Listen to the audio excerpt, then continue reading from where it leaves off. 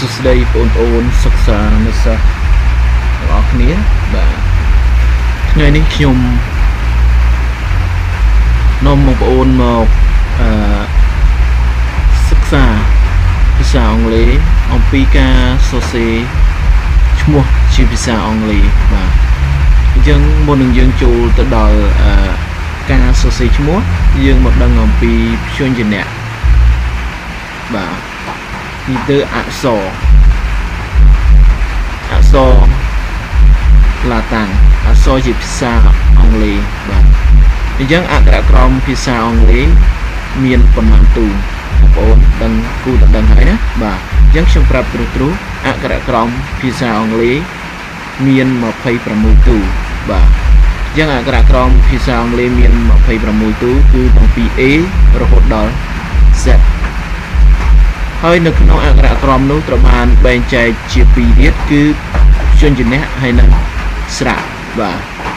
dân chuyên trình nét hay năng sạ dân chuyên trình nét pizza ông lấy miền một cây mùi tú sạ miền prang và sạ xung rộp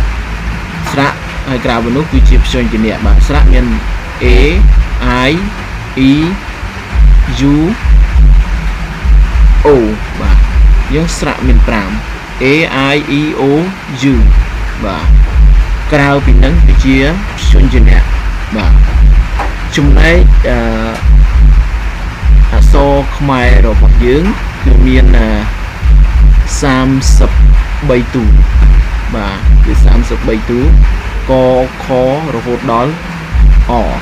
បាទហើយយើងចែកចេញជាស្រៈផ្សេងទៀតភាសាខ្មែររបស់យើងដោយនៅក្នុងអក្សរភាសាអង់គ្លេសដែលអក្សរក្រមភាសាអង់គ្លេសមាន26តួ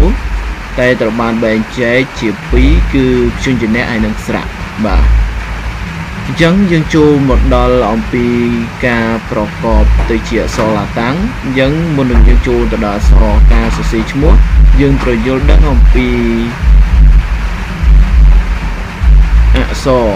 ភាសាអង់គ្លេសហើយនិងអក្សរខ្មែររបស់យើងបាទតើអក្សរភាសាអង់គ្លេសអក្សរអីស្មើនឹងអក្សរអីបាទអញ្ចឹងបងប្អូនត្រូវមើលទៅលើចំណាំជាមុនសិនគឺអក្សរពណ៌ក្រហមគឺជាព្យញ្ជនៈអក្ខុសៈបាទព្យញ្ជនៈអក្ខុសៈបានន័យថា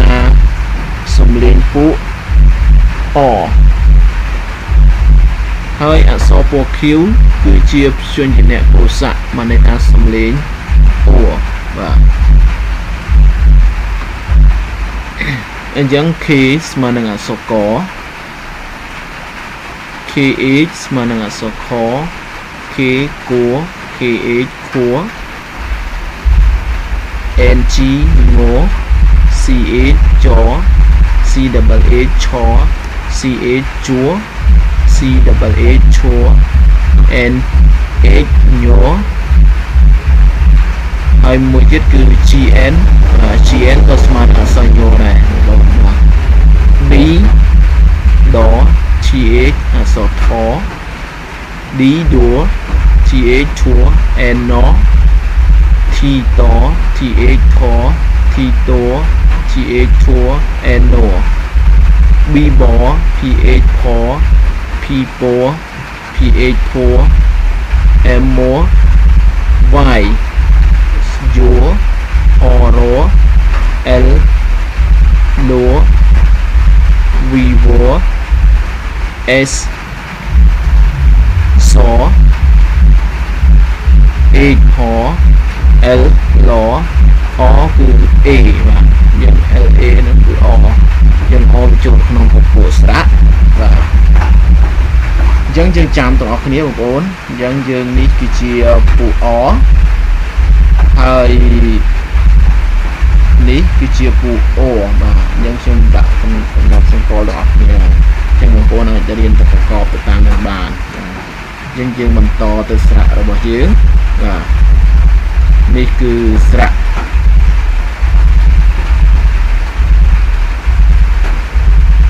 បាទនេះគឺស្រៈដែលយើងត្រូវរៀនបាទស្រៈ ភាសាខ្មែររបស់យើងមានប្រមាណតួបងប្អូនយ៉ាងមានស្អាស្អេអីអូអូស្អួស្អើស្អឿស្អៀស្អេស្អែស្អៃស្អោស្អៅស្អុំស្អំស្អាំស្អាស្រៈអោស្រៈអេស្រៈអោបាទជាង A ស្មើនឹងអក្សរ អ ណាបាទបងប្អូនអបាទយើងបងប្អូនមើលទាំងអស់គ្នាទៅនេះគឺជាស្រៈដែលយើងត្រូវសិក្សាបាទស្រៈខ្មែរបាទអញ្ចឹងនេះគឺមានខ្ញុំបានបែងចែកហើយគឺរវាងអក្សរអក្ខុសៈនិងខុសៈបាទយើងអ A O O ខុសៈសំលេងខុសៈបាទឃើញទេបាទ A ស្រៈ A E A ស្រៈ A ដូចជា K បានគួយើងសេចគៀ K E A គៀបាទស្រៈ E E E ដូចគ្នាស្រៈ A E I E Y I E Y ស្រៈ O U ដល់ទៅជាខុសៈ O E ដល់ E U ខុសៈដល់ E U ដូចគ្នាស្រៈ O មួយ U បាទ O A U O O U ស្រៈ U O U ដល់ខុសៈទៅជា U O បាទស្រៈ O E U ដល់ខុសៈ O E U ដូចគ្នាស្រៈ O E U R ដល់ខុសៈ O E U R ដូចគ្នា E I E ហើយនឹង I E ស្រៈ A បាទស្រៈ A E E ស្រៈ A E E ស្រៈ I A I E Y ស្រៈ O O R O ស្រៈ A A O E U O ស្រៈ O M ស្រៈ A M ដល់ខុសៈ O U M ស្រៈ A M ខុសៈ O A M ដល់ស្រៈ A S E A H ដល់ស្រៈ O S O U S ស្រៈ S E S E S ស្រៈ A S O ហើយខុសៈ O U S បាទ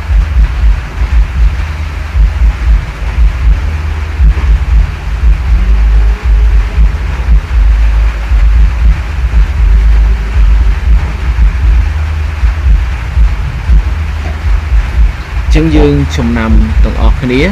អំពីស្រៈរបស់យើងបាទចំណាំថាព្យញ្ជនៈអក្ខុសៈប្រើជាមួយស្រៈអក្ខុសៈបាទអញ្ចឹងបានន័យថាព្យញ្ជនៈអក្ខុសៈបានថាពូអប្រើជាមួយអក្ខុសៈបានថាពូអបាទអញ្ចឹងព្យញ្ជនៈពពុអត្រូវប្រើជាមួយនឹងពពុអដូចគ្នាប្រើនឹងស្រៈអដូចគ្នាចំណែកឯព្យញ្ជនៈខុសៈប្រើជាមួយស្រៈខុសៈបាទអញ្ចឹងព្យញ្ជនៈអក្សរត្រូវប្រើជាមួយនឹងស្រៈពពុអបាទពពុអអញ្ចឹងខុសៈជាមួយនឹងខុសៈអញ្ចឹងសង្ខេបបើខ្លីគឺខុសៈvàអក្ខុសៈយើងត្រូវប្រើជាមួយនឹងអក្ខុសៈចំណែកឯខុសៈយើងក៏ត្រូវប្រើជាមួយនឹងខុសៈមិនអាចអក្ខុសៈប្រើជាមួយនឹងខុសៈបានទេបាទអញ្ចឹងនេះគឺជាឧទាហរណ៍ដូចជាឈ្មោះជាសុភ័ក្របាទជាសុភ័ក្រជាសុភ័ក្រជាជួវាពពុអអញ្ចឹងយើងត្រូវប្រើជាមួយនឹង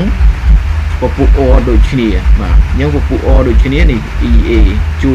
EA ជាបាទអញ្ចឹងជាសុភ័ក្រសដល់ស្រោសុបាទ PH EA K អញ្ចឹងពពុអគឺយើងផ្សំគ្នាទៅអញ្ចឹងឆាបាទឆដល់ឆាបានន័យថាសំឡេងអប្រកបជាមួយនឹងពពុអគឺ A នេះបាទអញ្ចឹងឆាផ Parida P A អក្សរផបាទParida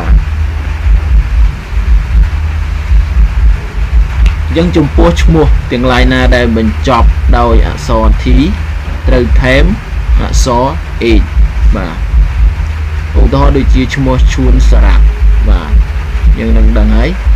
បងប្អូនទាំងអស់គ្នាបាទយើងមើលនឹងឈួនសារ៉ាប់បាទយើងកាលណាបញ្ចប់ដោយស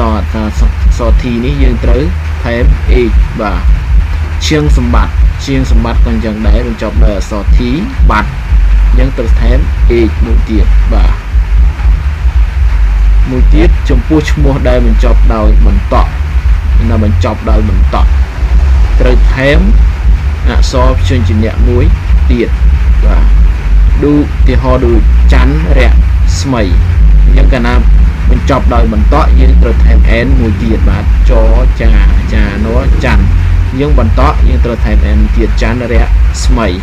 មួយទៀតដូចជាពេកកាន់សុវណ្ណដូចគ្នាកាន់សុវណ្ណឃើញ k a double n សុវណ្ណ v a double n បាទចឹងអូខេបងប្អូនសិក្សានៅសិស្សទាំងអស់គ្នាបាទអញ្ចឹងនៅលើវីដេអូនេះវាមានចម្ងល់ត្រង់កន្លែងណានោះឬក៏ខុសឆ្គងកន្លែងណានោះក៏សូមបងប្អូនខមមិននៅក្រោមវីដេអូដើម្បីធ្វើការកែលម្អទាំងអស់គ្នាបាទសូមអរគុណសូមគោរពលា